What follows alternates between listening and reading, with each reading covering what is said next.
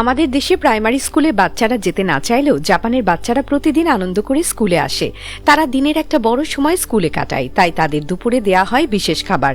জাপানের স্কুলে শিশুদের লাঞ্চকে অনেক গুরুত্ব দেওয়া হয়। বাচ্চারা সকালে স্কুলে আসে, আসার পরে শুরুতে তারা পড়তে বসে না, তারা ব্যাগপত্র রেখে স্কুলের মাঠে যায়, যেখানে প্রতিটা স্টুডেন্টের জন্য আলাদা করে গাছ দেয়া থাকে।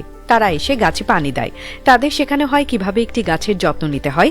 একটি বড় স্কুলে মোটামুটি 1000 বাচ্চার জন্য লাঞ্চ বানানো হয়, আর এই লাঞ্চ বানানোর প্রক্রিয়াটাই সব থেকে বেশি ইন্টারেস্টিং। প্রথমে ঠিক করা হয় মেনু। প্রতিদিনের খাবার বাচ্চাদের পুষ্টি মানের সঙ্গে হিসাব করে ঠিক করা হয়। সেখানে থাকে চাল, মাংস, সবজি, স্যুপ এবং দুগ্ধজাত খাবার। প্রতিটি খাবার শিশুর স্বাস্থ্যের কথা ভেবে ঠিক করা হয়। চাল শক্তি দেয়, মাংস প্রোটিন দেয়, সবজি ভিটামিন দেয়, আর দুধ ক্যালসিয়াম দেয়। এরপর আসে কিচেনে কাজ।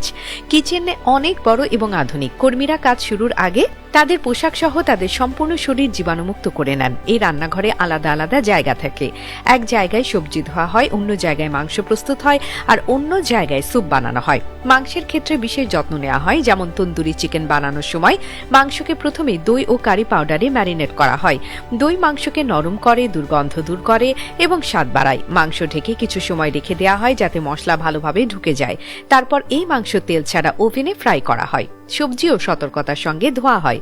প্রতিটি সবজি 3 বার ধুয়ে পরিষ্কার করা হয়। বড় সবজি যেমন বাঁধাকপি বা গাজর ছোট ছোট টুকরো করা হয়। ছোট সবজি আলাদা করে রাখা হয়। সবজিগুলো ঠান্ডা পানিতে রাখা হয় যাতে তা তাজা থাকে এবং খাবারে কোনো জীবাণু না থাকে। স্যুপ এবং অন্যান্য পদ ধাপে ধাপে তৈরি করা হয়। স্যুপে মাংস এবং মাশরুম দেয়া হয় যাতে স্যুপ সুস্বাদু হয়।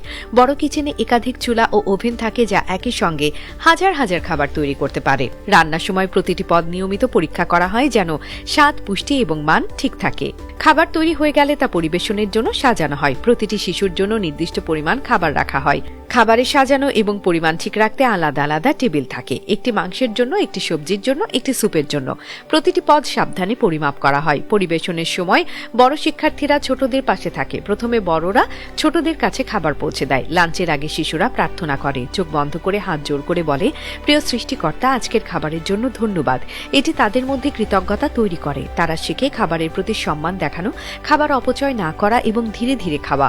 1000 বাচ্চার জন্য লাঞ্চ পরিবেশন করা সহজ কাজ নয়। প্রতিটি শিশু ঠিক সময়ে খাবার পায়, খাবারের পরিমাণ সঠিক থাকে এবং পরিবেশন সুন্দরভাবে হয়। খাবারের পর শিশুরা মিলেমিশে পরিষ্কার করে। ট্রে, প্লেট, চামচ এবং টেবিল ঠিকভাবে পরিষ্কার করা হয়। শিক্ষকরা যাচাই করেন যেন সবকিছু ঠিক থাকে। এটি শিশুদের মধ্যে দায়িত্বশীলতা, সহমর্মিতা এবং ধৈর্য তৈরি করে। জাপানের বাচ্চারা স্কুল লাঞ্চ খুব পছন্দ করে। তারা আনন্দ করে খায়, নতুন খাবার খেতে শেখে এবং একে অপরকে সাহায্য করে। লাঞ্চের পরে শিশুরা খেলাধুলা করে, বই পড়ে বা ঘোরাঘুরি করে। জাপানের স্কুল দেখলে বোঝা যায় স্কুলের লক্ষ্য শুধু পড়াশোনা নয়, ভালো মানুষ তৈরি করা। তারা শেখে একে অপরকে সাহায্য করতে, নতুন কিছু চেষ্টা করতে এবং ধৈর্য ধরে কাজ করতে। এই শিক্ষা তাদের ভবিষ্যতের জন্য শক্ত ব্যক্তি হিসেবে তৈরি করে। জাপানের স্কুলে লাঞ্চ তৈরি, পরিবেশন, খাওয়া এবং পরিষ্কার করা সবকিছুই শিশুর শেখার একটি অংশ। তারা খাওয়ার পাশাপাশি সামাজিক শিক্ষা, দায়িত্ববোধ, ধৈর্য এবং কৃতজ্ঞতা শিখছে, যা আমাদের দেশের স্কুলগুলোতে দেখা যায় না।